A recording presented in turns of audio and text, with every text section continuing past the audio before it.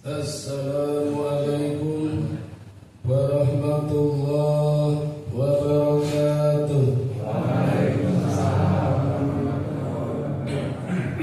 Alhamdulillahilladzi hadana li hada wa ma kunna linahtadiya laula an hadana Allah. Allahumma shalli ala sayyidina Muhammad wa ala ali sayyidina Muhammad. Bapak Ibu, saudara-saudara, tidak seperti biasanya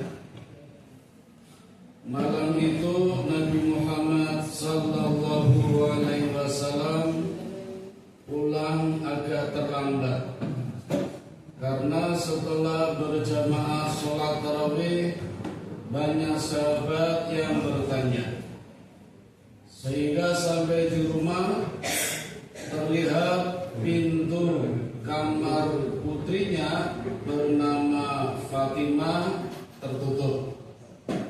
Lalu Nabi mengetuk dan mengucapkan salam. Ini etika Bapak Ibu. Kalau Bapak Ibu punya putra, lebih-lebih putri, walaupun berkuasa tidak asal dobrak, apalagi ditendang, mencap-mencap, tapi harus izin dengan cara mengetuk pintu, baru kemudian salam. Menghargai anak karena amanah dari Allah Subhanahu wa ta'ala. Usia berapa kapan dimulai? Usia 10 tahun. Jadi kalau panjenengan sudah punya anak usia 10 tahun, sebaiknya punya kamar sendiri. Orang dua kamar, ya disekat-sekat. Orang dua pintu, pakai korden. Dan jangan bledang-bledang. Siapa tahu anaknya sedang tidak berpakaian atau tidur tapi tersingkap karena kena angin, maka harus minta izin, minimal mengucapkan salam. Nah, setelah pintu dibuka oleh Fatimah, baru Nabi masuk, kemudian mengecup keningnya Fatimah. Bapak-bapak sudah mencoba kalau pulang ke rumah mengecup kening putrinya? Sing guyu berarti tereng. Ibu-ibu sudah terbiasa boten kalau ke rumah ketemu putranya apa putrinya terus dicium keningnya? Berarti tereng. Nanti habis sholat tarawih dicoba. Insya Allah rumah tangga harmonis. Anaknya taat pada orang tua, tidak ada yang beling karena setiap hari dicium orang tuanya. Dicium keningnya Bapak Ibu, ojo lambene. Ora wangun setuju lambene. Keningnya, kening itu batuk atau sini. Anak-anak di sekolah kadang salaman sama gurunya juga salah. Assalamualaikum Pak. Terus tampilkan di batuk. Batuknya dia bukan batuknya saya. Kode rasa salaman. Tapi yang benar bukan batuk. Salaman dicium, ini tengah-tengah ke hidung tampilkan. Nah, maka terjadilah hubungan setrum kasih sayang antara guru dengan siswanya, guru putra dengan guru, guru putra dengan siswa putra, guru putri dengan siswa putri. Tapi anak-anak sekarang kadang melambih ke guru nih. Saya salam, assalamualaikum. Murid-murid sebanyak waalaikumsalam. Malah kadang dibalik anaknya yang mendahului assalamualaikum. Saya bingung jawab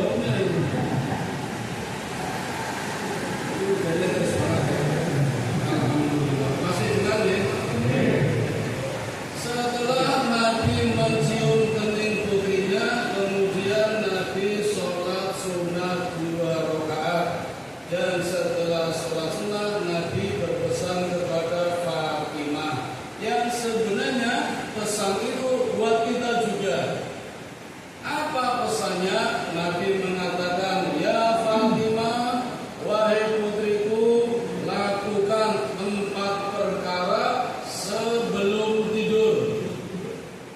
Nah, nanti pulang dicoba nih, sebelum tidur lakukan 4 perkara. Apa saja? Yang pertama, sebelum tidur khatamkan Quran. Fatimah, yo iso niki Fatimah mengumumkan ini. Yo iso Quran iki sak bluntung 30 juz 6.666 ayat. Paling cepat itu sehari khatam sekali. Agak lambat 7 malam baru sekali khatam. Lambat lagi 10 malam, lambat lagi 20 malam. Ada juga yang 1 bulan baru khatam sekali. Ada juga setahun nggak khatam-khatam, lambat banget juga ada. Tapi nggak masalah. Justru Nabi mengatakan paling cepat khatam itu sehari sekali. Kalau sehari bisa khatam 2 kali, pasti ada yang salah, ada yang keliru bacaannya, ada yang kecepatan. Nggak boleh, maksimal sehari khatam 1 kali. Tapi juga sulit ya Abi, kata Fatimah. Masa sebelum tidur khataman Quran, turunnya kapan? Lalu Nabi mengatakan, ya Fatimah, bacalah surat Al-Ikhlas 3 kali, maka nilainya sama dengan khatam 1 kali. Gampang betul Bapak Ibu?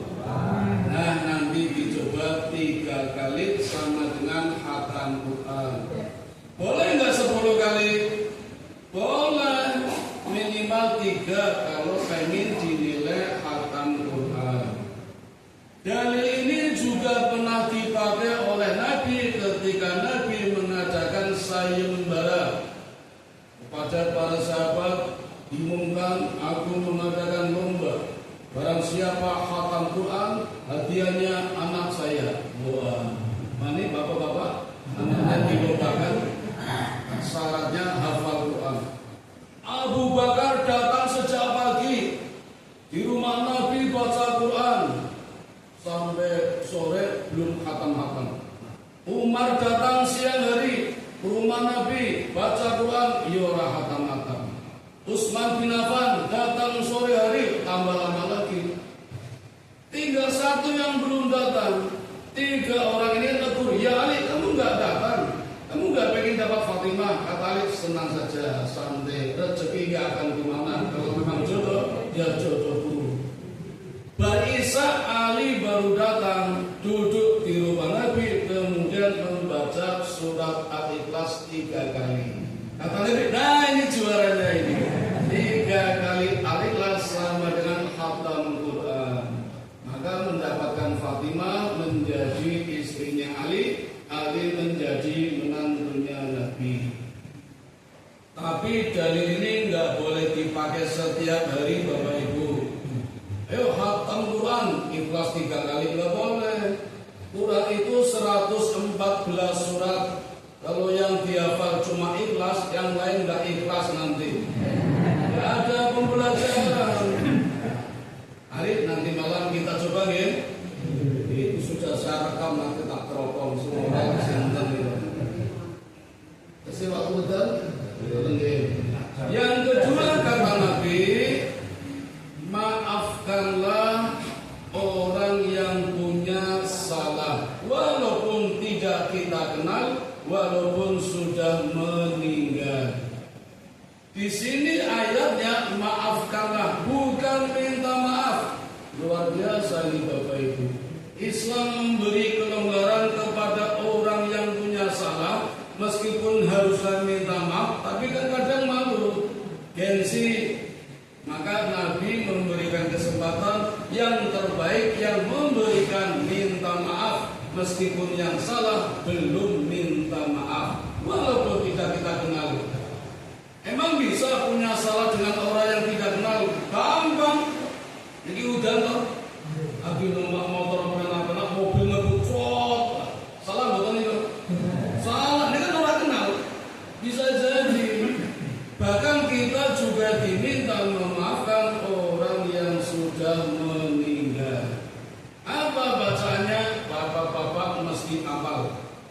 sering dibaca khotib ketika khutbah Jumat. Monggo sing hafal langsung. Yang hafal boleh pulang. Bacaannya Allahumma ighfir lil muslimina wal muslimat wal mu'minina wal mu'minat al ahya'i minhum wal amwat innaka sami'un qaribun mujibud da'wah wa qadiyal hajat wa hadimul lazzat wa qati'us sabah. Ya Allah, ampunilah dosa-dosa muslim laki-laki dan muslim perempuan. Ampunilah dosa-dosa mukmin laki-laki dan mukmin perempuan. Tidak ada mukmin banci Bapak Ibu. Jadi kadang saya kasihan dengan yang banci-banci. Kenapa nggak didoakan? Nggak ada. Nggak ada muslimin dan muslimat berbanci waktu itu. Jadi mohon maaf kalau ada yang banci, segera kembali ke jalan yang benar. Ini salah satu lanang nomor itu. Al-ahya'i minhum wal amwat, bagi yang masih hidup maupun yang sudah meninggal. Ini bacaannya. Jangan keliru. Saya pernah keliru. Allahumma ighfir lahu warhamhu wa'afihi wa'fu anhu. Itu orang orang mati. Kemarin tidak keliru lagi Bu. Ada teman guru ulang tahun. Pak Asis tolong doakan ya. Keliru 20. Allahumma ighfir laha. Doakan mati. Ini janjinya mboten itu kan ya alhamdulillah dosa-dosa kan bener toh. Cuma tempatnya aja, penempatannya kurang pas, dikurang makin mati. Jadi doanya tadi. Kalau ini kita baca sebelum tidur Bapak Ibu, pasti bangun tidur kita sudah tidak punya dosa. Bersih. Nol, seperti kertas putih yang belum ditulisi, seperti bayi yang baru lahir tanpa noda dan dosa. Kenapa? Karena semua orang membaca ini berarti sudah memaafkan kita. Kita membaca berarti memaafkan orang lain. Bangun tidur sudah tidak punya dosa. Maka benar kalau bangun tidur kita berdoa Alhamdulillahilladzi ahyana ba'dama amatana wa ilaihi nusyur. Segala puji bagi Allah yang telah menghidupkan kita kembali setelah mati dan memberikan kesempatan kepada kita untuk hidup yang lebih baik. Apa itu hidup yang lebih baik? Hidup yang tanpa dosa karena sudah dimakan tadi malam. Nanti dicoba ya. Kalau nggak hafal doanya pakai bahasa Indonesia. Ya Allah, ampunilah dosa-dosa teman-temanku, saudara-saudaraku muslim laki-laki dan perempuan, juga orang mukmin laki-laki dan perempuan, baik yang masih hidup maupun yang sudah meninggal. Apa buatan? Apa deh? Pakai bahasa Indonesia itu lebih baik daripada bahasa Arab tapi tidak paham. Bapak-bapak, kalau doa di rumah sendiri pakai bahasa Arab maupun bahasa Indonesia, nggak apa-apa. Ibu harus waspada kalau suaminya berdoa pakai bahasa Arab, ditanya Bu doa apa Pak? Jangan-jangan doanya keliru, cuma pakai bahasa Arab jadi nggak tahu. Jadi doanya ya Allah berikan aku istri muda. Ayo. Makanya ditanya Bu Pak, dong apa ya Pak? Sing seru bahasa Indonesia mengaku paham, mentang-mentang pakai bahasa Arab doanya jebol. Coba kalau dikabulkan, wah parah itu. Ini doa terbaik adalah doa yang kita paham bahasanya. Syukur panjenengan doanya berjamaah. Kalau maksudnya keinginan dan kebutuhannya juga sama, Bapak Ibu kebutuhannya sama, doa bersama. Tapi ketika butuhnya beda, baru doa sendiri-sendiri. Nah, Bapak Ibu, sekarang yang bagus begini. Doa yang terbaik adalah mendoakan orang lain seperti tadi. Kita seringkali egois mendoakan untuk sendiri. Terus betul Bapak Ibu? Kita kan sering egois. Ya Allah berikanlah kesehatan kepadaku, limpahkan rezeki kepadaku, jadikan anak-anakku sehat, soleh, rezekinya lancar. Itu egois Bapak Ibu. Coba kita tingkatkan dengan mendoakan orang lain.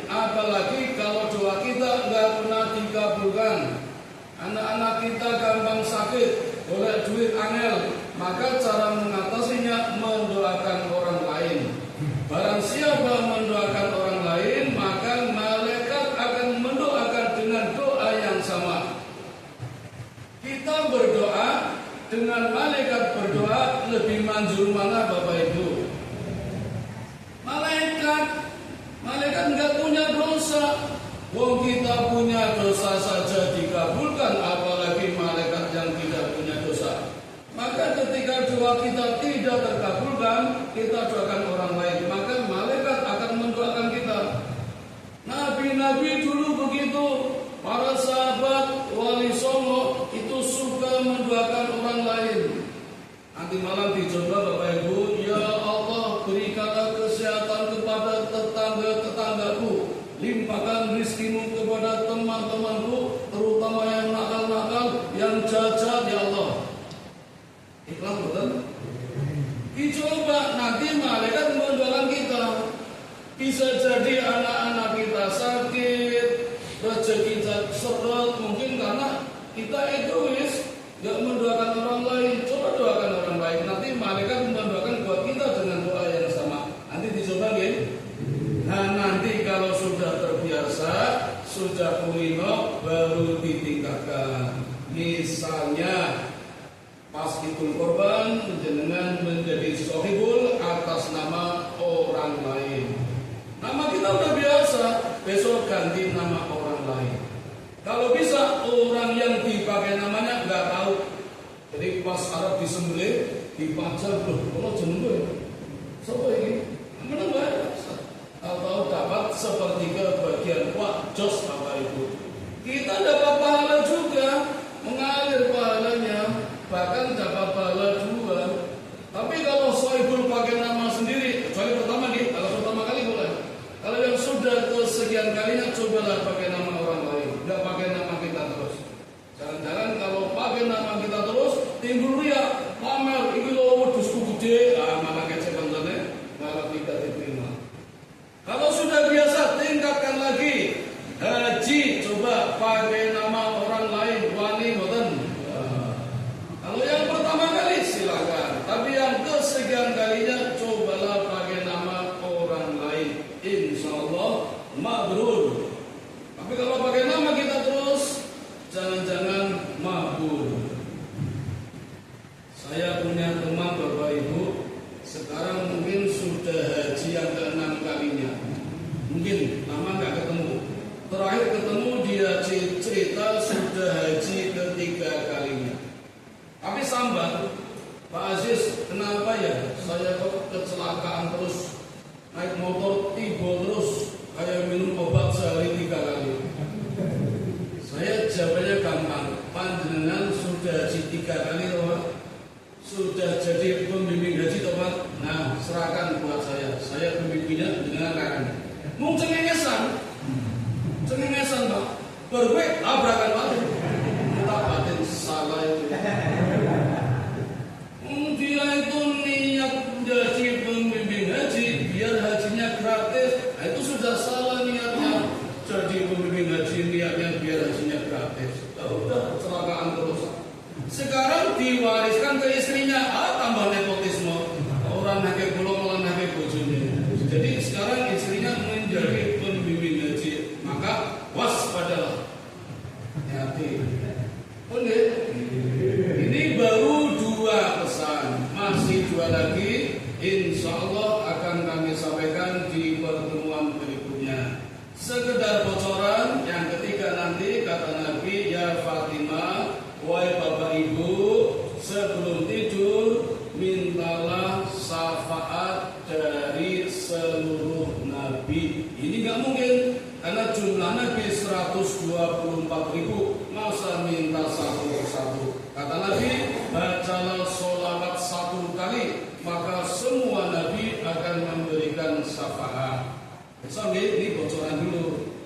Dan yang keempat, sebelum tidur tunaikan haji dan umroh.